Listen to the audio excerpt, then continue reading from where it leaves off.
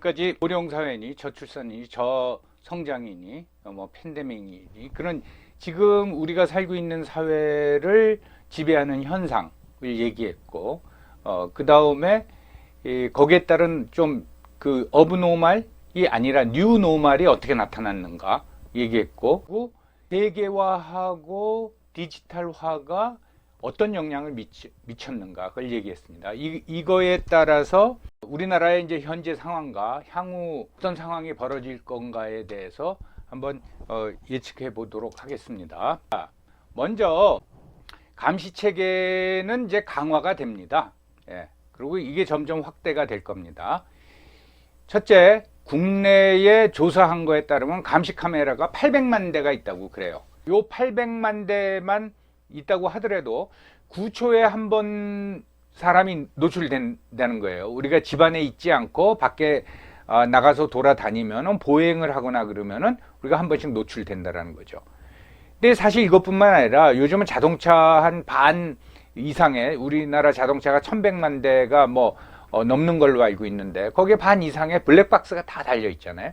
거기도 우리가 다 찍히죠. 그거는 제외한 겁니다. 이 얘기는 뭐 9초에 한 번 노출된다는 건 뭔가 하면 우리가 한 15걸음 정도 걸으면 한 번씩 찍힌다라는 거예요. 감시 카메라가 많다라고 하면은 이제 중국을 많이 얘기하죠. 인구가 한 14억 정도 되는데 감시 카메라가 4억 대가 있다 그랬는데 어느 정도인가 하면 중국은 그 안면 인식 카메라입니다. 그래서 누가 무슨 이상한 행동을 하면은 그게 이제 찍히죠. 그래서 0.2초 만에 99%의 정확도를 보인다고 해요. 그래서 예를 들어서 어떻게 활용이 되냐면 중국 같은 경우에 무단횡단을 하면은 0.2초 만에 무단횡단자가 딱 파악이 되는 거예요. 인식이 돼가지고 그 사람 신원이 파악이 되니까 그 사람 전화로 벌금 고지서가 그대로 통보가 된다는 거예요. 그러니까 내가 무단횡단 딱 했다. 그리고 몇 걸음 걸으면 무슨 문자 같은 게 와가지고 오면 당신은 방금 무단횡단을 했습니다. 벌금 뭐 얼마입니다. 이렇게 된다라는 거예요. 예, 무서운 세상이 된 거죠. 그래서 거기만 중국만 그런가 보다 했더니 최근에 이제 알려진 거로 요즘 이제 코비드 사태하고 관련돼 가지고 확진자들 동선을 파악하고 그래야 되니까 경기도 부천시에서 최근에 발표한 게 안면인식 카메라 1만 대를 시에다가 설치하겠다 이겁니다. 부천시라는 데는 살고 계신 분들 많지만 유동 인구가 많습니다. 그래서 거기에 다른 어느 도시보다도 CCTV가 많이 설치된 걸로 알고 있거든요. 그래서 소위 CCTV 이제 고밀도 도시라고 하는데 이 1만 대가 추가로 설치되면은 49제곱미터, 그러니까 사방 7m, 7m, 그러니까 주택 같은 건 빼겠죠. 공공장소, 여기당 한 대가 설치된다라는 거예요. 그러니까 노출이 다 된다라는 얘기죠. 이렇게 되면은 프라이버시가 상실됩니다. 그래서 이건 뭐 푸코도 뭐 이런 얘기를 많이 하고 그랬는데 사람 심리가 감시당한다 하면은 감시 안 당하는 척하는 자연스럽게 행동하려고 그래요. 그 자체가 어색한 거죠, 우리가. 그 다음에 이제 감시를 내가 이제 내 방에 들어왔어요. 내 방에 들어왔으면은 뭐 카메라도 없고 그러면 나 감시 안 당하는 장소로구나 생각이 들면서도 혹시 그래도 뭔가 이상한 게 있지 않나라는 불안감에 떨게 됩니다. 그럼으로써 자아 상실이 오는 거죠. 여기서 자아 상실이 오고 프라이버시가 상실된다 했을 적에 이것은 사유재산제의 의미가 없어져요. 이거를 잘 설명드려도 잘 이제 안 받아들이는 분이 있으신데 뭐 내가 감시 당하더라도 내 건 내 거지. 자, 이렇게 사유재산은요, 여러분들 제일 중요한 건 소유권이죠. 이게 내 거란 말이죠. 그 다음에 사용권입니다. 그 다음에 처분권이에요. 자, 내가 뭘 사고 싶으면은 계약이 맞으면은 내가 그거를 취득할 수 있는 거예요. 그래서 내가 소유를 가지고 있어요. 남이 그걸 못 뺏어간단 말이죠. 오케이, 소유권. 그 다음에 사용권입니다. 내가 내 마음대로 쓸 수가 있어야 되는 거예요. 그런데 감시를 당하면은 그걸 의식하게 된단 말이죠. 내가 내 마음대로 쓸 수 없다라는 거죠. 나중에 또 설명드립니다. 그 그다음에 처분을 할 수 있어야 돼요. 내가 가지고 있다가도 이거 싫다 그러면 처분을 해야 되는데, 예를 들어서 집 같은 경우, 주택 같은 경우 양도소득세를 너무 과하게 매긴다던가 그러면 처분을 못 하잖아요. 그렇게 될 경우에 사유재산권의 의미가 없어진다라는 거죠. 그래서 최근에 프라이버시 침해를 많이 받는 게 공무원이죠. 무슨 일 일어나면은 공무원들 보고 전부 다 핸드폰 제출받아서 통화 기록을 다 살펴서 너 이 사람이랑 무슨 통화했어? 이거 물어본단 말이죠. 어떻게 보면 이거 인권 침해입니다. 이게 이제 1984년, 조지 오웰의 1984년 외부 당원에 대한 감시를 굉장히 강하게 하잖아요. 그거랑 무슨 차이가 있냐 이 말입니다, 여러분들. 사실은 이거는 엄밀히 위법인지 아닌지를 그 공무원 당사자들이 따져서 이건 거부해야 됩니다. 너무 거기에 이제 순응을 잘하고 있는 거예요. 뭐 불이익을 받을까봐. 그다음에 데이터 3법이라는 게 있어요. 이 세 가지가 개인정보보호법하고 정보통신망법하고 신용정보법인데 흔히 데이터 3법 또는 빅데이터 3법입니다. 이게 통과가 됐어요. 한 1년 정도 뭐 논란이 벌어지다가 대부분의 분들은 모르죠. 이런 법이 지금 어떻게 개정이 돼서 시행이 되고 있는지. 2020년 8월 5일서부터 시행이 되는데 이건 뭐냐면은 개인정보보호법이나 정보통신망법이나 신용정보법이나 이게 이제 부처가 다 틀린 거예요. 방송통신위원회 관할이냐 기재부, 기획재경부 관할이냐 틀리니까 이 데이터 얻기가 힘들다라는 거예요. 그래서 이 세 법이 관리를 하는 데이터를 한데 모아가지고 사용할 수 있게 해달라는 거예요. 왜 그러냐? 그러니까 이래야지 이게 법이 관리하는 데이터를 한꺼번에 봤을 적에 새로운 서비스나 기술 제품들을 개발할 수 있어서 4차 산업에 맞는 신사업이 가능해진다 이겁니다. 사업자 편의를 위한 거죠. 그런데 이건 뭐냐면은 신용정보법, 내 개인 금융거래, 정보통신망법, 내 개인 통신기록 이거를 통합해서 관리하겠다는 겁니다. 그럼 내 프라이버시가 없는 거죠.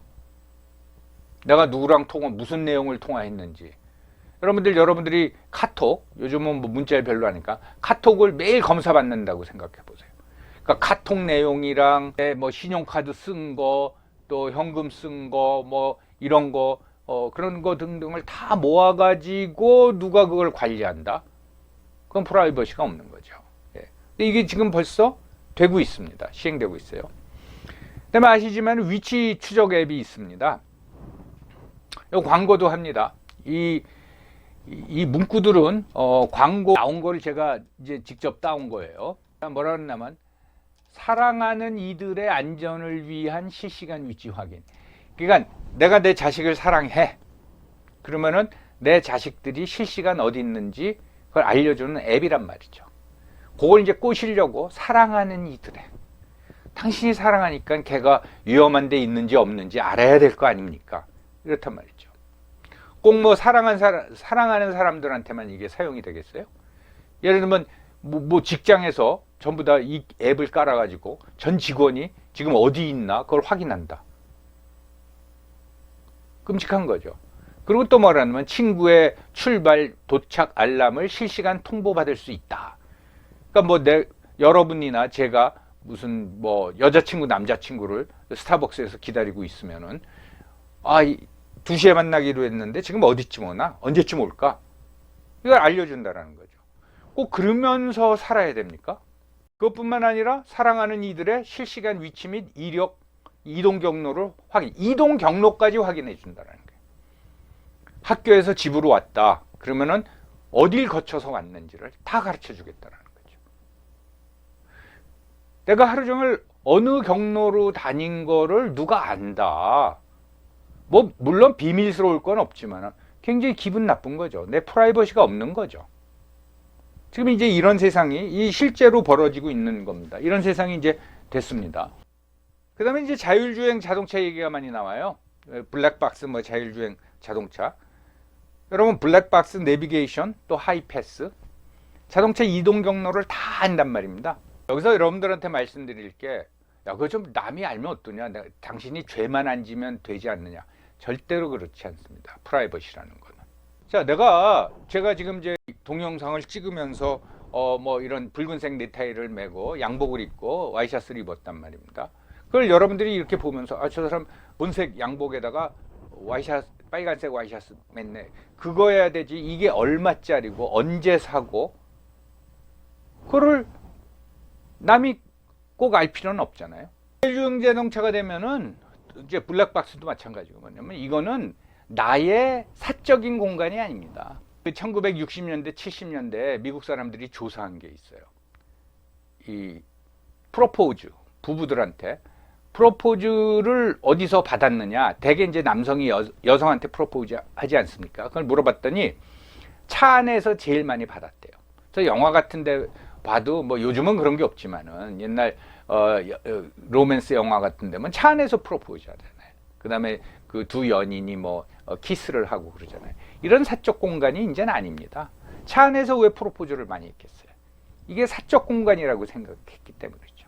이게 사적 공간이 아니다. 그러면 그 안에서 프로포즈 하고 싶은 생각이 나겠어요? 안 난단 말이죠. 예. 그 다음에 스마트 시티가 이제 건설이 되는데 마치 획기적인 뭐 정말 우리가 앞서가는 걸로 생각하는데 스마트 시티라는 거는 교통, 기후, 뭐 모든 공공시설 이거를 전부 다 센서로 자동화시키는 거예요. 거기다가 이제 사물 인터넷, 냉장고, 뭐 TV, 그 다음에 뭐 전부 다 사물 인터넷.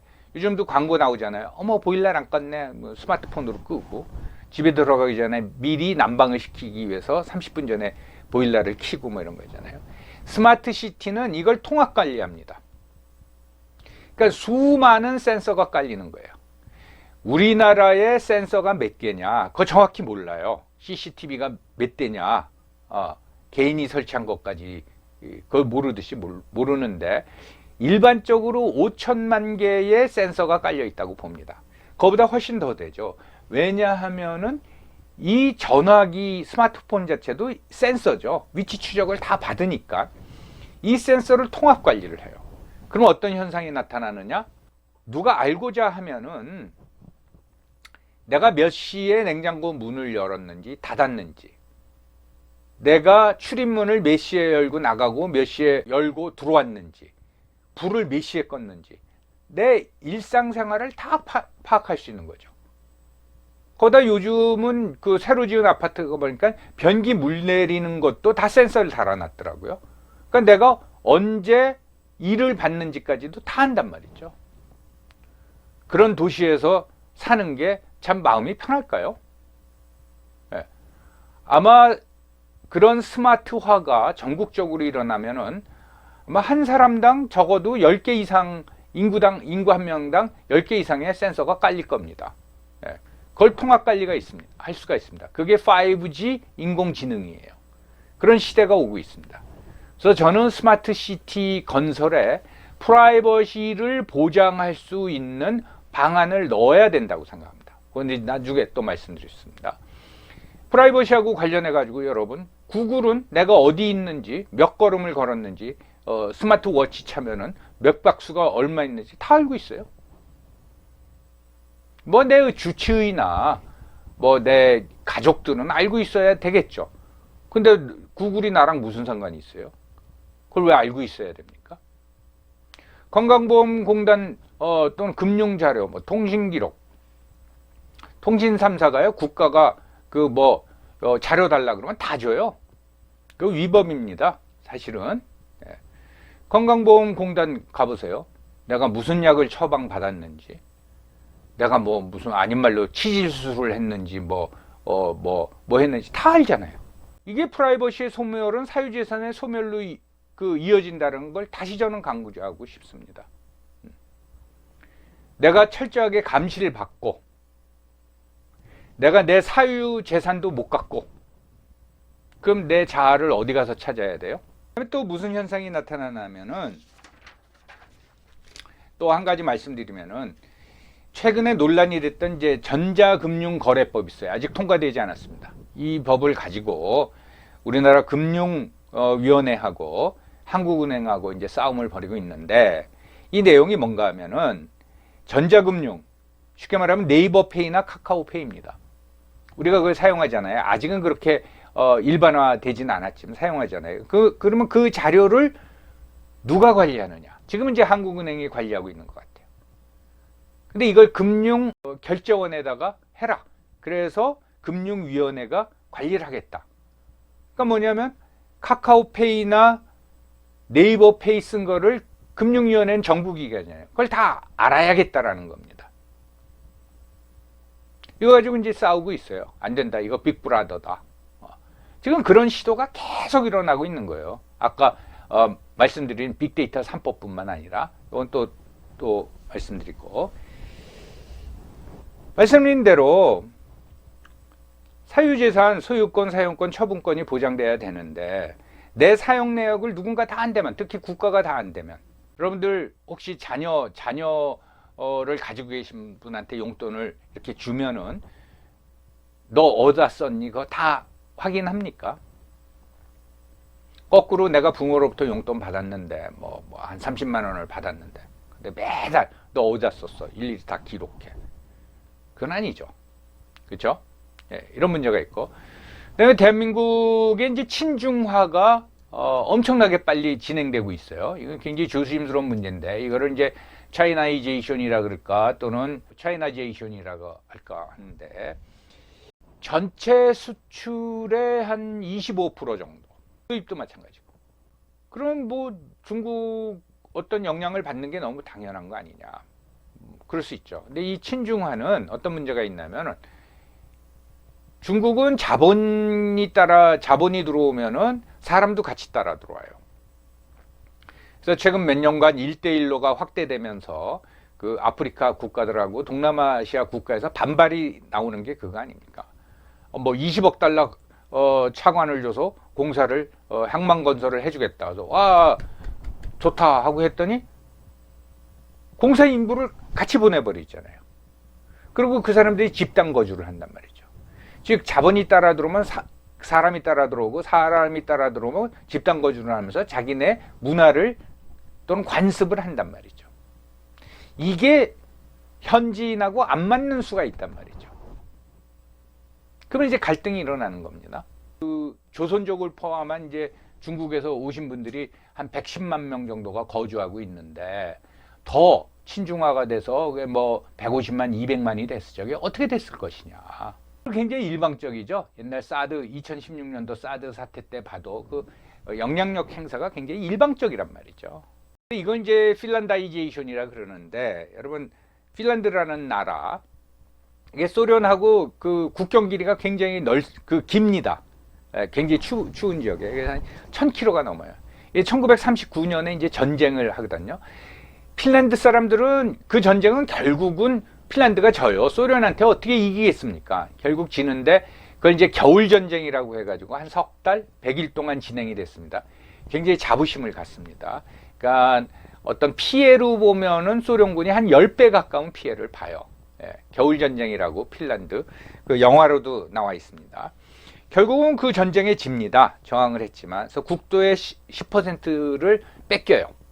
그 다음에 어떻게 돼요? 완전한 소련의 종속국이 되죠. 이 영향력에서 벗어나는 게 소련이 붕괴되고 나서 벗어납니다. 그래서 그때는 러시아어가 핀란드의 제1외국어였어요. 그래서 소련이 붕괴되자마자 금방 제1외국어를 영어로 핀란드 정부가 바꿔버리죠. 솔직히 말해서 종속돼 있었어요. 아무것도 못하고. 그런 상황이 오지 않을까. 이게 이제 우려가 됩니다. 그 다음에 디프라이버타이제이션입니다. 또는 내셔널라이제이션인데, 디프라이버타이제이션, 탈사유화. 이게 뭐 사유재산권을 인정 안 하겠다는 게 아니라 탈사유화입니다. 한마디로 그러면 그건 누가 가져가는? 국가가 뭐 소유권이랄까 이걸 가져가는 거죠.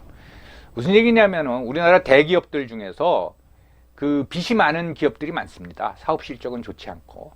예전에 이제 그 대우중공업이 그런 상황이었죠. 빚이 많아요. 근데 이익을 못 내. 그러면 또 빚을 넣어서. 그래서 자본의 몇 배나 되는 빚을 가지고 있단 말이죠. 대부분은 정책금융 또는 특혜금융, 구제금융 해가지고 산업은행에서 많이 그거를 줬습니다. 국가 돈이죠. 그러면 이제 어떻게 하냐면은 도저히 회생이 안 되겠네요. 빚 갚겠어요? 안 갚겠어요? 못 갚는 거죠. 안 갚는 게 아니라. 그러면 그럼 할 수 없네요. 파산시킬 수는 없고 해서 빚을 부채를 자본으로 전환시켜 주겠습니다. 자본으로 전환하죠. 그럼 그 회사는 누구께 됩니까? 산업은행, 정부께 되는 겁니다. 국가 거가 되는 겁니다. 그럼 탈사유화 되는 거죠. 일부에서는 그게 낫다. 그 오너 집안이 계속 하는 게 말이 됐냐. 그래서 사회화 시키는 게 낫다. 라는 말도 하지만 여러분 생각해 보세요.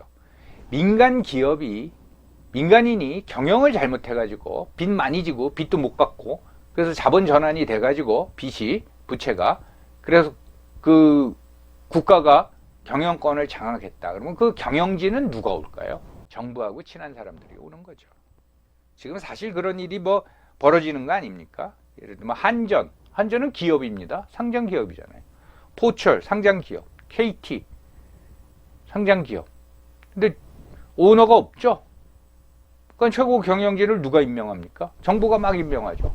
거기에 따라서 또 그 뭐 CEO뿐만 아니라 다른 그 임원들도 정부랑 친한 사람들이 가는 거예요.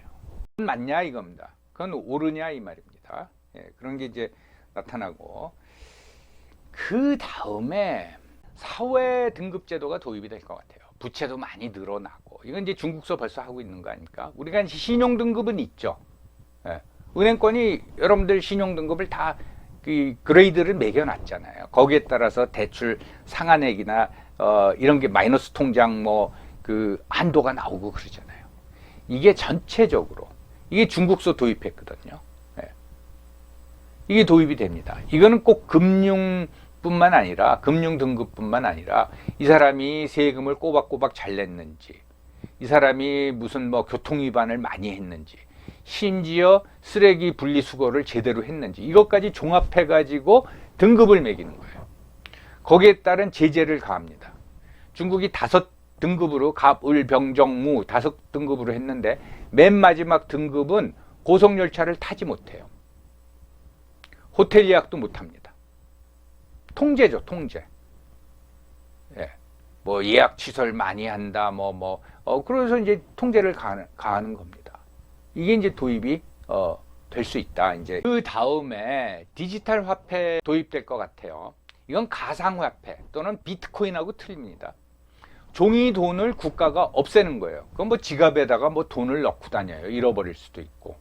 예. 전자 지갑을 들고 다닙니다. 그건 뭐냐면은 앱을 통해서 이 전화에다가 앱을 까는 거예요. 그래서 내 계좌 하는 거예요. 그래서 돈을 쓰면은 지금 중국서는 이제 일부 그 시범 운영이 되고 있거든요. 그렇게 되면 어떻게 되겠습니까? 그럼 내 계좌는 누가 관리를 하는 거예요? 중앙은행, 한국은행이 하는 거죠. 그럼 모든 사람의 계좌는 다 중앙은행, 우리도 치면 한국은행이에요. 거기서 나의 사용 뭐 이걸 다 들여다보는 겁니다. 일반 은행은 문 닫아야죠. 크레딧 카드도 신용카드도 필요 없어지겠죠. 엄청난 변화가 옵니다. 이거는 대부분의 국가가 지금 검토하고 있어요. 우리나라도 예외 아닙니다. 우리나라 이제 화폐 개혁 한다라는 소문이 몇 년 전서부터 계속 나오잖아요. 그 이유를 denomination, 예. devaluation이 아니라 denomination, 화폐 단위가 너무 크다. 그러니까 화폐 가치는 그대로 두고 화폐 단위는 줄이자. 그 얘기를 많이 했는데 그러면서 그렇게 하자라는 사회적 합의가 되면은 그걸 하면서 화제에 디지털 화폐로 하자. 왜 종이돈 찍고 있냐. 그렇게 될 가능성이 큽니다. 여러분 다른 건 몰라도 요건 꼭 막아야 됩니다. 나의 모든 금융 거래 뭐 사용 이게 다 한 군데서 전 국민 걸 한 군데서 다 관리해요. 전자지갑. 여러분 제가 돈을 찾아가지고 가지고 있다가 잃어버리는 건 할 수 없어요. 만에 하나, 예전에도 그런 일이 있었지만 전자지갑을 가지고 앱을 해서 하다가 무슨 통신상에 문제가 생기거나 고의적으로나 내 전자지갑을 닫아버리면 어떡합니까? 만에 하나 미운 털 박힌 저놈 한 일주일만 닫아버려. 그럼 어떻게 되는 거예요? 마지막으로 이것도 현실적으로 생각해봐요. 해봐야 됩니다. 북한의 급변 사태입니다. 그 북한의 급변 사태가 뭘 의미하느냐, 그것도 시나리오가 여러 개 나오지만은 그 급변 사태가 곧바로 뭐 남북 통일을 의미하는 건 아니에요. 근데 지금처럼 유일 사상 지도 체제로 유지됐던 게 확 바뀌어 버린다. 그럼 그것도 엄청난 변화란 말이죠. 그때 북한 내부에 또는 남북 간에 무슨 일이 벌어질지 우리는 예측하기가 힘들다라는 겁니다. 이런 이제 총체적인 게 벌어지고 있는데 그 과정 속에서 결국은 자본과 권력의 합체, 합의라가 일어난다는 거예요. 1984를 얘기하면서 뭐라 그랬습니까? 거기에 지배계급은 권력에만 관심이 있다 그랬잖아요. 그런데 이제 오는 올리가키, 과두체제는 돈과 권력이 합치된 슈퍼파워하고 슈퍼리치가 하나가 된 지배체제가 됐다라는 거죠. 그 이제 그것도 과도적 집단주의라고 그러는데, 이 올리가키라는 말은 이 아리스토텔레스의 그 정치학을 보면 정치 체제 시스템을 설명을 하면서 맨 처음에 모나키를 얘기해요. 왕정이죠. 이게 잘못돼서 왕이 횡포를 부리면은 그게 참주, 그래서 타이런이라고 했습니다. 그 다음에 귀족정을 얘기해요. 아리스토크라시라고 해서 귀족들. 옛날 뭐 귀족들이 그 군주제에서는 귀족들이 이제 지배계급 아니었습니까? 이게 잘못된 게 소수니까 올리가키예요. 올리가키는 뭐냐? 전체의 이익을 생각 안 해요. 지배하는 올리가키의 이익만 생각을 하는 겁니다. 그것이 전체주의화 한다라는 거를 조지 오웰은 토탈리테리아니즘이라고 말하지 않고 집단주의, 콜렉티비즘이라고 얘기한 겁니다. 소수, 아주 적은 소수가 지배하는 전체주의, 그걸 올리가킥 콜렉티비즘이라고 했고, 1984 그 책 안에 보면은 그 임마누엘 골드슈타인이 썼다라는 과도적 집단주의의 이론과 실제라는 뭐 이제 그게 소개가 돼요. 참 그 내용도 재밌습니다. 그런 게 나올 수 있다라는 거죠. 정말입니까? 정말이죠. 왜? 사회주의 국가들 보면은 결국은 당 간부들 또는 노멘클라투라들이 다 장악을 하잖아요. 그들이 부와 권력을 독점을 이제 하는 겁니다. 그럼 그런 나라가 실제로 있냐? 대표적인 나라가 중국이죠. 중국은 공산당 간부가 부도 독점하고 권력도 독점을 하죠. 돼버렸죠. 미국도 점점 그걸 닮아가고 있습니다. 참 재밌는 현상이요. 미국의 국회의원 월급이요 20만 불이 안 됩니다. 그럼 보통 오래 하는 사람은 국회의원 한 30년 하거든요. 그러면 30년 동안 20만 불 한 푼도 안 쓰고 다 모아도 600만 불이에요. 근데 국회의원 미국에서 상원의원이든 하원의원이든 뭐 한 20년 30년 하면 대부분이 재산이 1억 불이 넘어요. 그 어떻게 가능합니까? 낸시 펠로시라고 하원의장이 있지 않습니까? 재산이 1억이 넘어요. 1억 달러가 넘습니다. 공직만 한 사람이 어디서 그렇게 돈을 벌어요? 권력을 이용해서 기업체를 차리죠. 그래서 결국은 돈과 권력이 합체가 되는 겁니다. 또 중동 산유국, 왕족이 권력도 잡고 석유 판매권 다 돈과 권력을 같이 가지고 있죠.